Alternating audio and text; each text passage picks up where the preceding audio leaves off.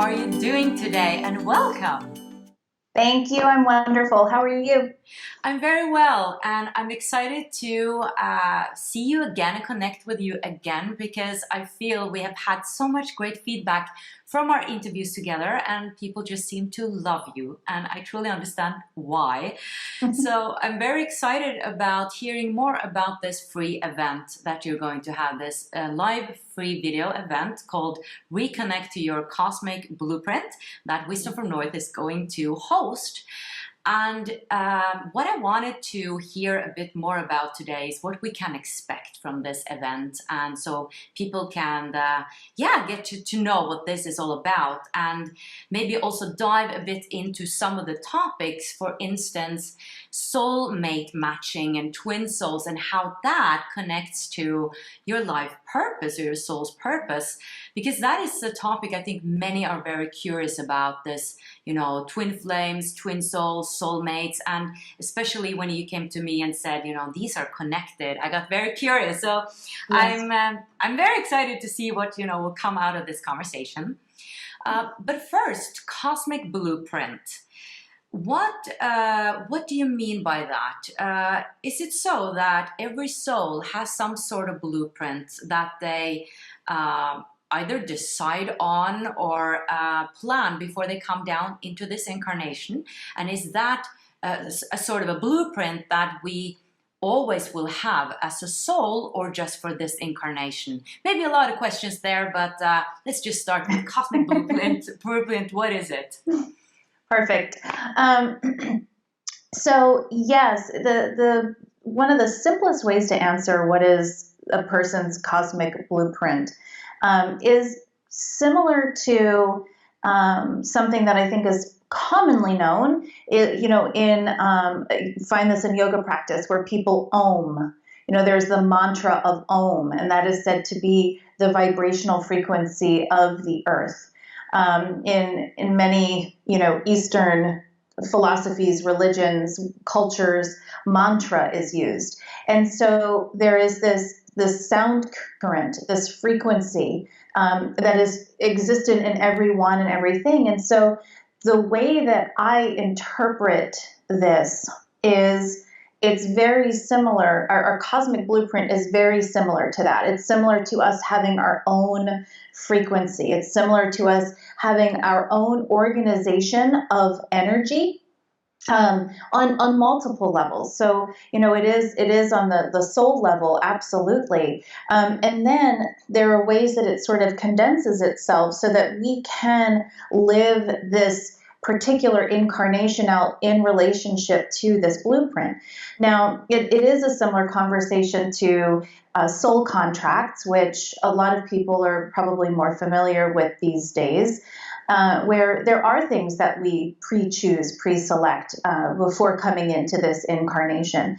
And a piece of that is, what is our cosmic blueprint? It's similar to a thumbprint or a fingerprint, where we have this unique structure of energy, this frequency, which is the combination of different patterns that are what generate and activate the experiences that we co-create in our lives. And so when we look at this blueprint, we look at the different ways that we have the capacity to work with it, because it's a fixed energy, and yet it has multiple possibilities. There is free will in that. There are ways that we can play with this cosmic blueprint. So when we get in touch with this structure, so all of that to say, when we get in touch with this, I call it a structure, but it is a blueprint. When we get in touch with that, it's very similar to finding our own inner Om, where we can really connect to the sacred nature of this particular incarnation. Why are we here? What is the vibrational frequency of why we are here? And how can we commingle in this dance in the highest possible way? And so it's a really beautiful process to be, I don't know if I want to say reconnected to it. I think it's one of those things we never disconnect from, but create more of a conscious relationship with it, I find is incredibly empowering.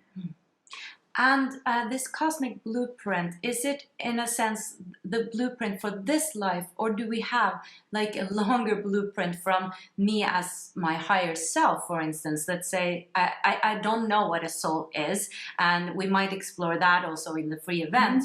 But from what I understand, the soul is much bigger than, you know, just this life and like a higher version. It's really, it can, well, some people talk about the oversoul, some people talk about the higher self, and all the lives that you had, for instance, that's your soul. So does that mean that we have a blueprint for example, all our lives on this planet, for instance? Yeah. Or other planets. Exactly. Multiple dimensions simultaneously happen. I know the conversation goes on and on. That's for sure. So it's sort of a two-part answer because, you know, similar to us having this particular incarnation where we are this name, this specific personality with these characteristics and these traits, we would have been different people in other lifetimes. There's definitely, from what I have seen, there's definitely similarities. So, but that's, we're there to play something different, a different experience, because the world would we do the same thing over and over again. You know, incarnations are not like, you know, the movie Groundhog Day where it's the same thing over and over and over again. I mean, there's no point in that. So, there is the blueprint that we come in, that we are bringing to life in this incarnation. And I do see that there is a larger blueprint that really is like, this is this being, this is their frequency. And ultimately, it, you know, we go even higher than that. It all comes back to the oneness anyway, where we're all playing an important role in the great big oneness. It's just that when we start to bring the levels of consciousness, we break it down, we break it down, we break it down. We continue to see the macrocosm, microcosm relationship, and it just gets smaller, but it's very much the same. And here is where, of course, soulmates and twin souls come into the picture, because there are so many different perspectives on this. And I was having a live session with my members in my membership about it, and I don't have one opinion about what it is, or I actually haven't made up my mind, and I don't know if I will, because I feel I constantly get new ideas about it. And there are many ways to look at it, and especially it has to do with, you know, what perspectives are you looking at it from? Is it because from a higher perspective, we're all one, so we're all twin souls and soulmates. But still, that's not our experience as human beings, and that's probably what we're most interested in right now. Right. But before we go into that, we're going to have this project together, and we've been speaking about that this is a time where a lot of people are waking up to some sort of a higher mission, or I think a lot of people are going inwards in these, you know, unprecedented times, and questioning more, you know, why am I here and how can I be of service? Can you speak a little bit about Lightworker service and how, because you've always also been talking about that there is a special time where more and more people are waking up to a deeper purpose. Yes. Yeah, and I think, you know, we're all on this planet at this moment in time for a reason. You know, I know that you're familiar with my sort of feeling on this, that there's no accidents, there's no mistakes. And so we're here for a reason. And right now is a huge time for the collective to move ourselves into that next stage of our development as a whole. As that oneness, we are moving to that next stage. And it really is I want to say it this way because I like to stay away from anything that seems dogmatic, because I do believe that everyone plays their role. If there are people who don't consider themselves to be light beings or light workers, and there are people who are would never be even watching this or having this conversation, they're also playing their very important role as well. So I don't want to make this a conversation of better than, worse than. You know, I think that we're all important in the totality. And at the same time, when we look at things specifically from just a frequency, a vibrational frequency, those of us who really consciously live in the light and we're working with and working for the light workers, we have naturally a higher vibrational frequency. And so that is actually what is drawing the collective into that new birth experience, this entire new earth.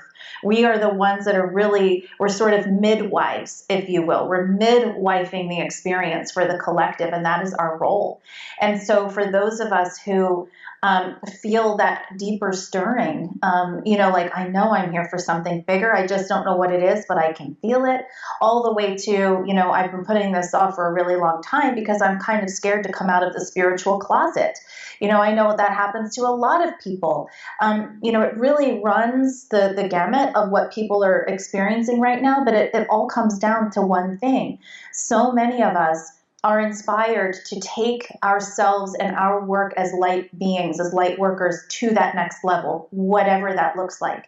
And the reason is because in these unprecedented times, we are midwifing the new earth experience for the rest of the collective. And because we have come in with a higher vibrational frequency for that purpose, the more that we align to that and the more that we can embody that and carry that frequency, the more grace and ease we can actually accelerate the growth and take the collective into that next new place. Beautiful. And then I'm excited to hear about how this all connects with soulmates and twin souls. So let's get into it. Okay, first, what, from your perspective, is the difference between soulmates and twin souls, or soulmates and twin flames? Yeah, so to me, twin souls and twin flames are essentially the same thing. If we were going to pull it apart just a little bit, and I honestly feel like we start to split hairs when we do this, but I'll say it anyway. Twin flame, there can be, it's in the name, flame. It can be combustible. It can be a very challenging connection, as we have seen some people describe their twin soul or their twin flame connection.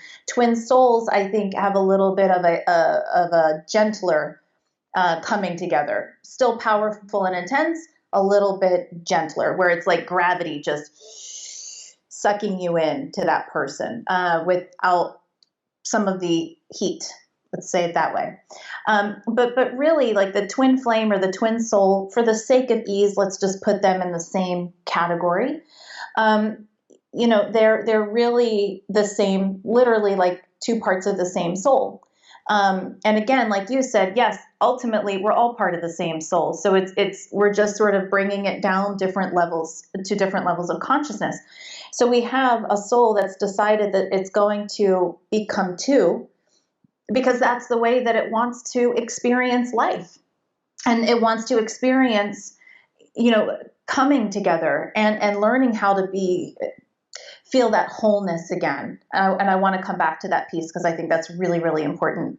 So let's remember that they want to experience what it's like to be without and then to come back together. And that coming back together could be here on the earth. It could be on the other side. That also, and we'll talk much more about that in this course, about how that works. Whereas soulmates, they're very complementary souls, where I often find there's much less volatility. There still can be, passion and that healthy tension, but it's not to the same degree. I think there comes a lot more strife oftentimes with the twin flame experience, whereas soulmates, there's more of a gentleness to it. And one of the things that, it's funny because it's like, I love this topic because I'm blissfully with what people would consider my twin flame. My story of getting there and our story of coming together is like, sometimes I'm like, how did I survive that emotionally? But I did. So I come from that place. But one of the things that I want to caution is I do find for some people, they take a higher spiritual truth such as twin flames and misuse it as this feeling of, if I am not with this person, then I will never be complete. And if I am with a soulmate and not a twin flame, that means I am settling for something that isn't as good. And so therefore I may go through my whole life experience feeling incomplete and like I'm settling with this nice person, but not really with the person that I'm meant to be. And so I think with many higher truths and things of that nature, I think we have to be really careful where we implement our humanness and we implement coming into lack and all of the trickery that all of our minds can play on us. Our minds are very powerful. I think we have to be really careful navigating a conversation like twin flames and soulmates, because it's a higher truth, and I think that we need to be able to elevate ourselves to really understand the importance of the higher nature of it. It's going to be, I'm very excited to actually have an hour on that topic because it's so rich. Yeah, it is very rich. And I wanted to hear a bit more about it. Like, if a soul then decides to split into two, from, a lower perspective, does it mean, for instance, that, okay, prior to this incarnation, this soul is like, okay, I'm going to be two people in this incarnation, instead of being one, for instance? Or even they could split into three. Is that possible? I mean, I think that is possible. I can't say that I've ever experienced or seen that. And so, I mean, one thing about me is I tend to like to stick to sharing more on topics that I've actually seen and experienced in my work in the world. But I don't want to discount if other people have experienced that. And I'm someone who believes that just about anything is possible. So is it possible? Yeah, I think it's absolutely possible. Have I had a lot of experiences with that? I honestly never have. And one thing that I find interesting is with what I've seen in terms of twin souls or twin flames is I have yet to see, and I honestly don't yet have an answer for this that I would feel confident in sharing. I have yet to see prior to one's incarnation the time where that choice is made. What I have seen more than anything is that choice to split off and to become two started, I mean, I'm going to have to use a linear term here, eons ago, or a long time ago, because what I see more than often is this is lifetimes of cycles of coming back together and trying to work out what it's like to not be the one wholeness and finding different ways of coming back into that wholeness. Wow. So is this the way you see it, the way you've experienced it? Is this for all souls that we have this going on in through eons of time, or are there specific souls or some souls that have decided this kind of way of doing it? Yes, I think from what I've seen, there's a variety of choices there, and it really is up to the discretion of the soul. Yeah, absolutely. So back to soulmates then. Can a soulmate be, for instance, a romantic partner and not a romantic partner, like a father, a mother, a good friend, and even an enemy? 1,000%. And I am someone who believes, in essence, we're all each other's soulmates. Like my daughter is one of my soulmates. My mother is one of my soulmates. I have a lifelong best friend, my soulmate. So there's no question for me that it can be other relationships. I mean, I've had animals because I'm a huge pet person and I rescue animals. And I've definitely had a few animals in my life who I knew were my soulmate. And so there's no limit on that experience. And what I find, what soulmates are in their essence, while everyone and everything is truly a mirror, a reflection of ourselves, I find that oftentimes those soulmate relationships are those people or those beings that actually, it's almost like catching a glimpse of yourself in the mirror and catching yourself in what you would perceive as like, wow, is that like really good lighting? Is that, I'm having a really good hair day. Oh my God. Where it's like, oh my gosh. But that's what a soulmate is. You're actually looking at a beautiful representation of your highest essence, and part of the way that plays out is this complementary energy where you can really celebrate the essence of each other, because that's what you're consistently mirroring back to one another. And my partnership, my romantic partnership, that is how we exist together. Is that mirroring? It took us a long time to get there, though. And that's part of our twin flame story. Yeah, because that's what I'm wondering about. Like, is a twin flame like, okay, so you have this contract for eons of times and you complete each other in a way, but I think it's very important to be complete in yourself still. I think that's super important. But so in a sense, you've split into two, if that's if it's probably possible. And then you come into this incarnation, and then you fight, and it's stormy, and it's so hard, and you're 20 years, different ages, and the different cultures and different religions. Like, how is that supposed to be smooth? Or like a lifetime partner. So I've been looking at it more like, okay, is the twin flame really there to show you who you are, like show you what you need to look at in yourself? So is it more of a learning situation rather than like coming together, having that, oh, I'm complete feeling? I don't know. No, I love that you asked that. And I so agree. And I think that is one of the places we have to be careful with the twin flame conversation, is because so many people wander around feeling incomplete without that other person. And that is not an empowered way to live. I wouldn't want that for anyone. And yet I know a lot of people who live that experience. And that is part of the learning, is to go, wait a minute, but I am complete, and on a certain level, we are, right? You might not always experience yourself that way, but there's nothing lacking in this entire universe. So there's literally nothing that's incomplete. What I believe is both the soulmate and the twin flame experience it's all for our learning.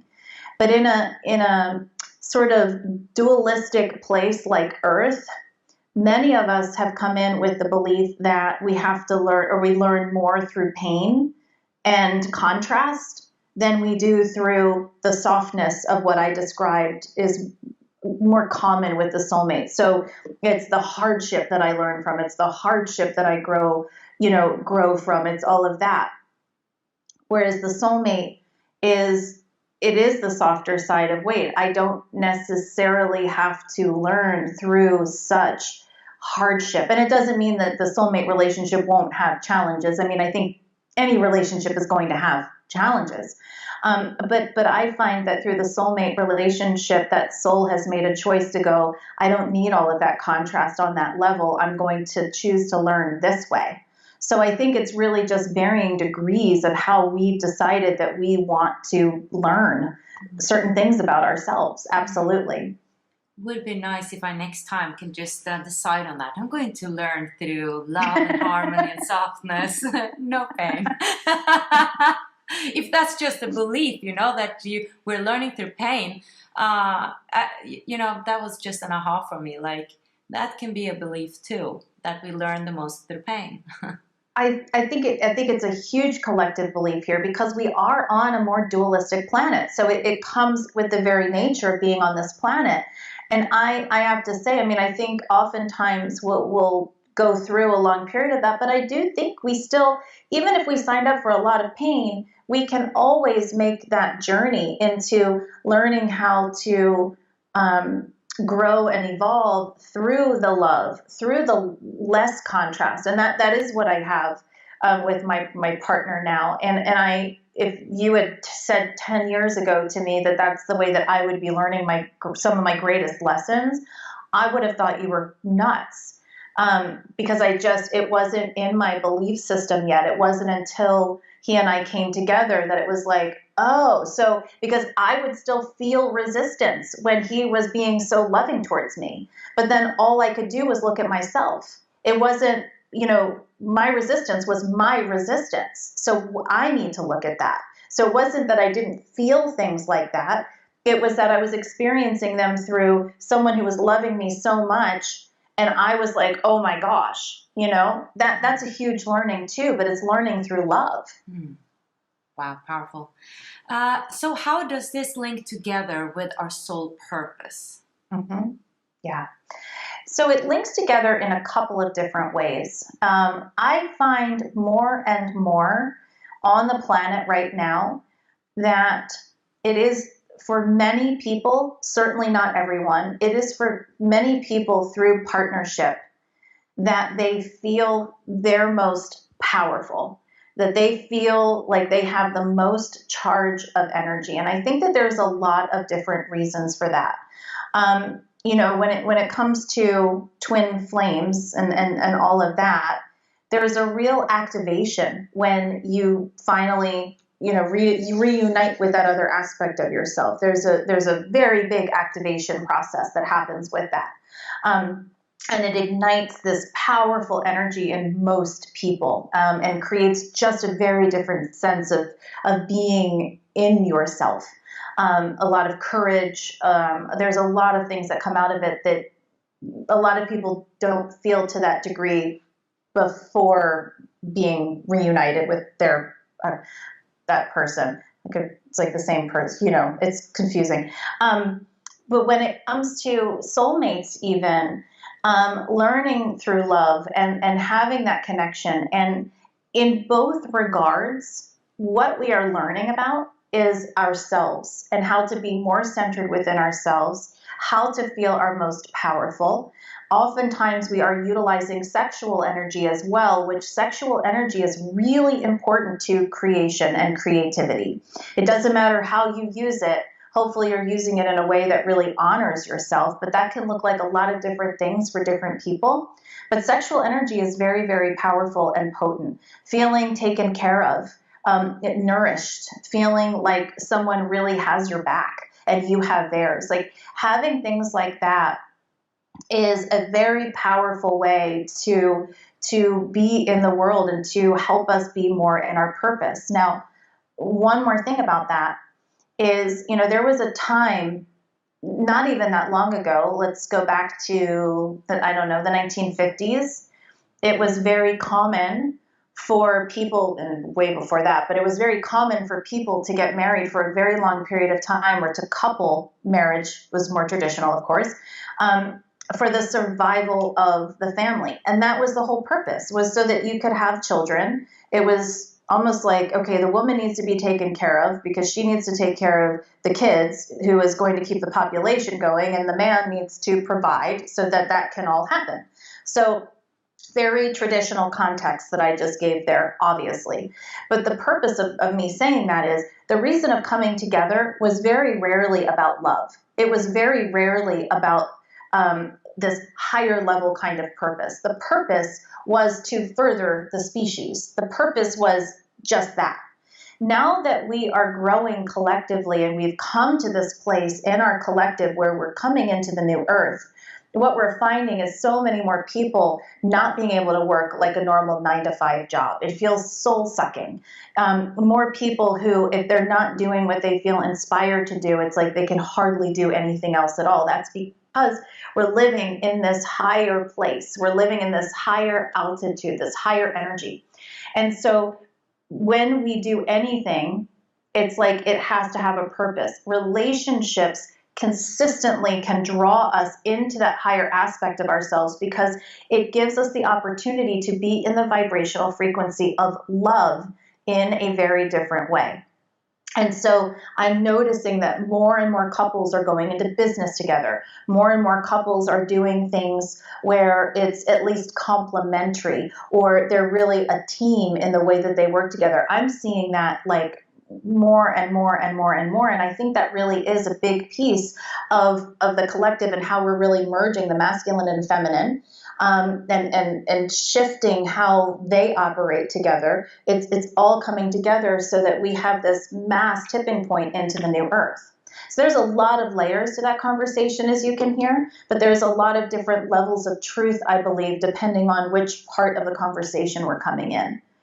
That's very interesting. So for all of us, I got to include myself in here, single out there, are there, would you say that there's some more like energy available for more soul meetings to happen, because that's important for the planet now, in a sense? Yes. Since you're saying that, you know, if I have a partner, I may be even stronger in my mission. Mm-hmm, mm-hmm.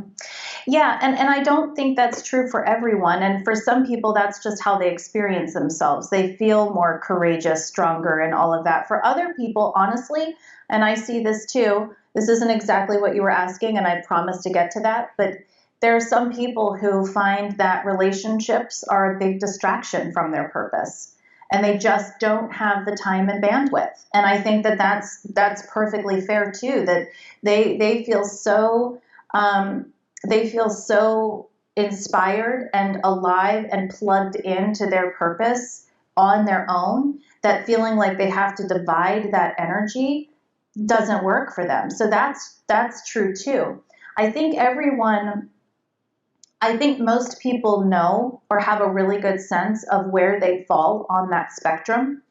And I find that the majority of the time, the people who are really like, I feel like I'm here to be in a relationship. There are people here who just partnership. Life for them is about partnership in a lot of different ways.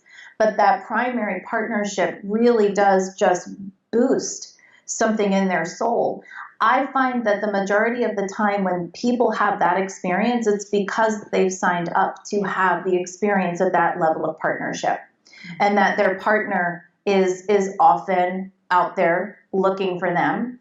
And then there is a time of coming together. Now, you know, for some people, the timing is really important because maybe there is a huge mission, and maybe, you know, the cosmos or spirit knows that if this relationship comes in prematurely, then that mission might not go off in the way that it needs to, that the mission needs to be at a certain point, and then that relationship can come in so that it's complementary and it's not taking away from the energy that needs to go with the, you know, for this person's purpose. Mm. So there's these conversations could go on for weeks, I think. They can. And that is why, I mean, I'm so excited about our project together and the course you're going to have later on, and the free event, because we, you know, talked about many times that there's so many big questions that people are wondering about.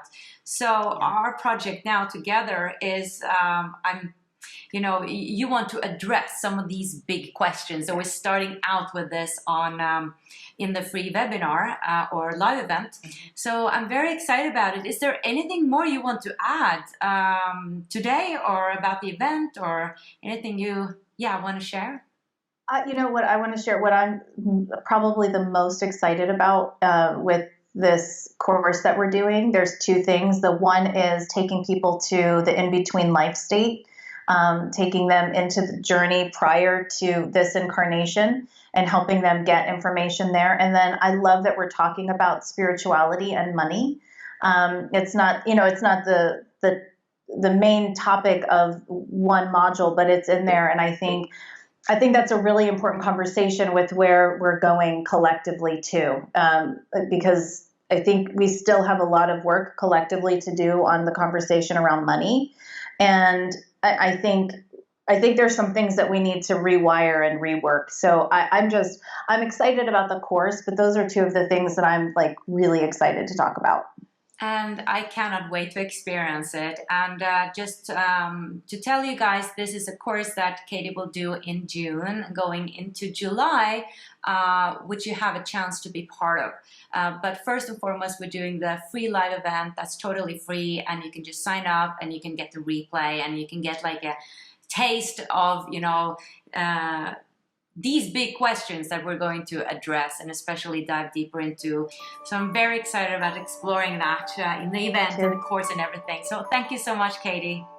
Thank you, Jannecke.